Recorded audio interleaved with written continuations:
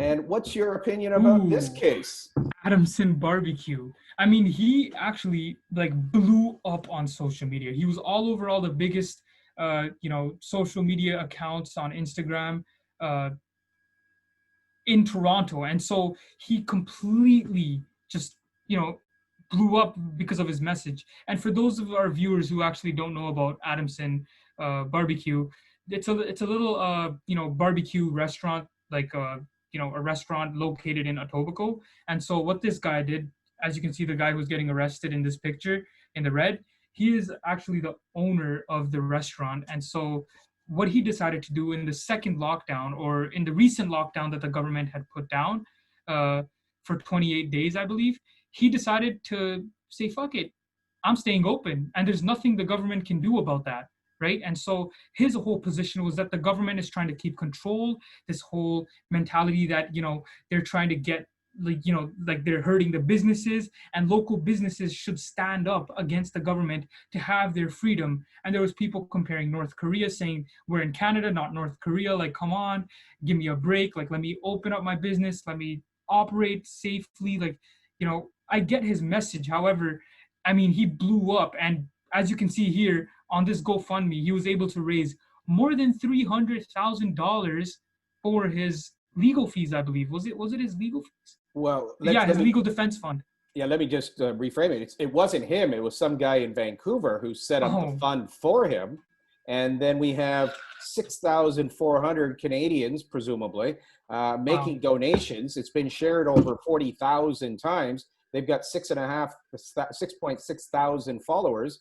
And this is a GoFundMe site that allows people to contribute to his defense. Their target is a $500,000, and people are taking up the cause. What's your view about that? Have you got your visa out? Are you going to give this guy some money, or what are you going to do there, Hell Ish? no. I would never waste my money to help this guy out. I mean, like, it's not even personal. Like, I don't hate the guy. I don't really know the guy, like, other than what I've seen of him on social media. However, it makes no sense to me to support this random person, right? I mean, his message, I don't really resonate with it, right? So I guess these 6,400 Canadians do, but it literally doesn't make sense to me why people would even give him a dollar. Like, he's doing this to himself initially by not listening to the government, breaking open the barricades, going against what the police say and some of the rules and restrictions. And he's keeping his shop open. And you can see there are crowds of people in his restaurant just standing there eating. Some don't have masks, some are not even following restrictions.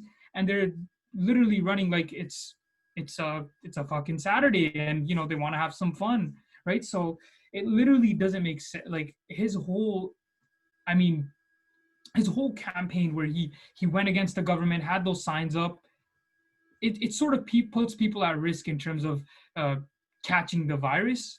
That would be my take. What do you think about it? I'd love to hear what your thoughts are on it. Well, again, it's a breaking the law and Yeah.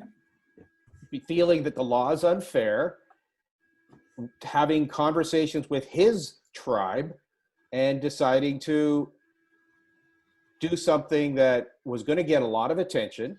Oh I'm yeah. sure he's shocked about how much attention he got, because there has been 6,500 Canadians who have invested in what they see as unfair practices, unfair